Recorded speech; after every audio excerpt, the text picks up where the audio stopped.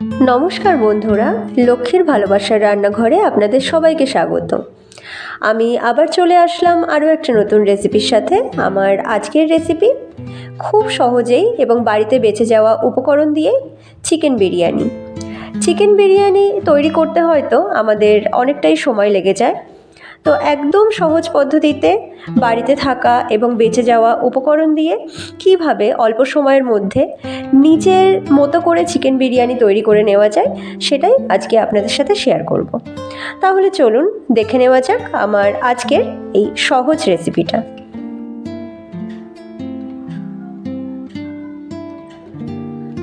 আমি এখানে একটা কড়াইতে পরিমাণ মতো সর্ষের তেল নিয়ে নিয়েছি। সর্ষের তেলটা একটুখানি গরম হয়ে গেলে আমি এর মধ্যে দিয়ে দিচ্ছি স্লাইসড করে রাখা দুটো মিডিয়াম সাইজের পেঁয়াজ। পেঁয়াজটাকে আমি তেলের সাথে একটুখানি নাড়াচাড়া করে সোনালি কালারের ভাবে ভেজে নেব, কারণ এই পেঁয়াজটার আমরা বেরেস্তা বানিয়ে নেব।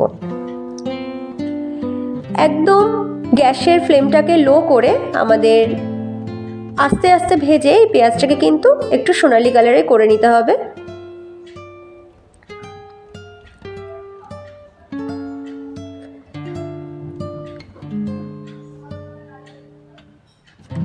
দেখুন, পেঁয়াজটা কিন্তু আমাদের একদমই ভাজা হয়ে গেছে। এর থেকে বেশি ভাজার কিন্তু কোনো প্রয়োজন নেই, কারণ পেঁয়াজটা যখন একটু ঠান্ডা হবে তখন কিন্তু অনেকটা গাঢ় রং আপনা আপনি চলে আসবে। এই তেলের মধ্যেই আমি কিছু চিকেন নিয়ে নিয়েছি, এই চিকেনগুলোকে ভেজে নেব। আপনারা বাড়িতে বেঁচে যাওয়া চিকেন দিয়েও কিন্তু এই বিরিয়ানিটা অবশ্যই করতে পারেন, যাতে এই বিরিয়ানিটা বেশ তাড়াতাড়ি এবং সহজ পদ্ধতিতে হয়ে যায়। দেখুন, আমি কিন্তু বাড়িতে কিছু চিকেন বেঁচে গেছিলো, সেই চিকেনগুলো দিয়ে বিরিয়ানিটা তৈরি করে দেখাচ্ছি। চিকেনটাকে আমি কিছুক্ষণের জন্যে এই তেলের মধ্যে ভেজে নেব, যাতে কালারটা একটু সাদা সাদা হয়ে আসে। পুরোপুরি সেদ্ধ করার কিন্তু তেলে কোনোই প্রয়োজন নেই। এরপরে আমি দিয়ে দিচ্ছি 1 চা চামচ লবণ। লবণটা দিয়েও আমি একটুখানি চিকেনটাকে নাড়াচাড়া করে নিচ্ছি। এরপর আমি দিয়ে দিচ্ছি পেঁয়াজ, আদা আর রসুন একসাথে থেতো করে নেওয়া। আমি কিন্তু পেঁয়াজ, আদা আর রসুনটাকে একেবারেই বাটিনি অথবা একদম মিহি পেস্ট করে নিইনি, থেতো করে নিয়েছি। এই সব কিছুকেও একটুখানি ভালো করে আমি চিকেনের সাথে মিশিয়ে নেব আর কষিয়ে নেব যতক্ষণ না এর কাঁচা গন্ধটা চলে যায়। দেখুন, চিকেন থেকে কিন্তু কিছুটা জল বেরিয়ে গেছে। আমি এবারে গুঁড়ো মশলাগুলো অ্যাড করে দিচ্ছি। 1 চা চামচ হলুদ গুঁড়ো, 1 চা চামচ শুকনো লঙ্কা গুঁড়ো, দিলাম 1 চা চামচ জিরে গুঁড়ো,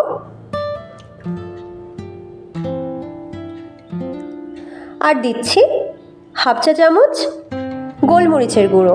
গোলমরিচের গুঁড়োটা কিন্তু সম্পূর্ণই অপশনাল, আপনারা যদি বেশি ঝাল পছন্দ না করেন তবে নাও দিতে পারেন। সব মশলা আমি একসাথে ভালো করে চিকেনের সাথে কষিয়ে নিচ্ছি।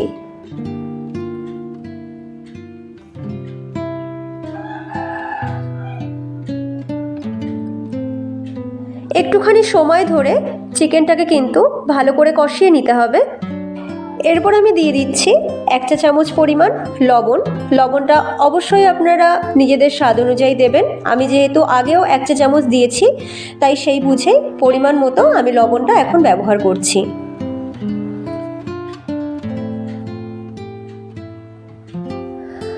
এরপর আমি দিয়ে দিচ্ছি 3 টেবিল চামচ পরিমাণ টক দই। টক দইটাকে আমি আগের থেকে একটু ফ্যাটিয়ে নিয়েছিলাম, সেই টক দইটা দিয়ে দিলাম। টক দইটাকেও খুব ভালো করে চিকেনের সাথে কষিয়ে নিচ্ছি।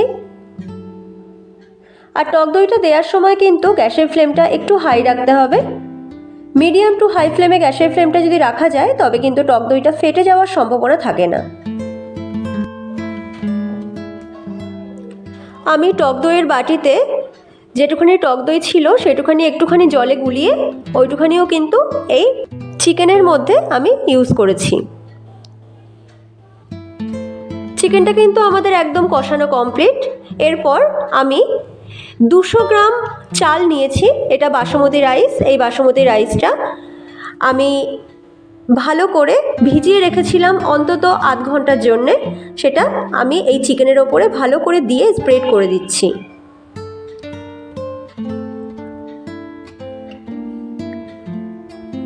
আর আমি এখানে নিয়েছি দুধ, 1 বাটি দুধ আমি এখানে নিয়েছি। আর আমি এখানে আমুল স্প্রে ইউজ করেছি, আপনারা কিন্তু যে কোনো বাজারের দুধ অথবা গরুর দুধ ইউজ করতেই পারেন।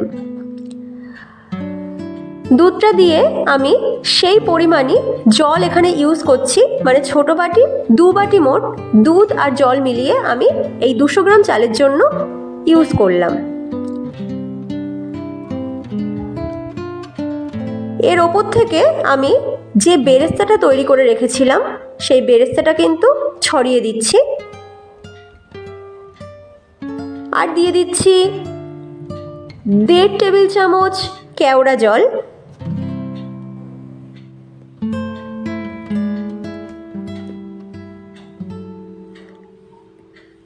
আর দিয়ে দিচ্ছি 1 টেবিল চামচ গোলাপ জল।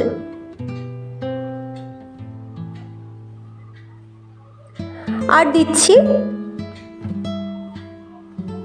1 চা চামচ মতো বিরিয়ানি মশলা। আর ওপর থেকে ছড়িয়ে দিলাম কিছুটা পরিমাণ লবণ। দিয়ে আমি 25 মিনিটের মতো ঢেকে দিয়ে এটাকে হতে দেব।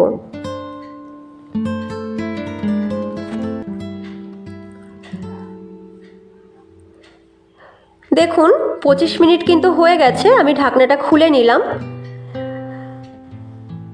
একটাও চাল কিন্তু ভাঙেনি, আর চালগুলো কিন্তু খুব সুন্দরভাবে সেদ্ধ হয়ে গেছে আর একদম শুকিয়ে গেছে, কোনো রকমের কোনো জল জল ভাব নেই। আপনাদের আমি এরকমভাবে তুলে দেখিয়ে দিচ্ছি। আমাদের বিরিয়ানি কিন্তু একদম কমপ্লিট।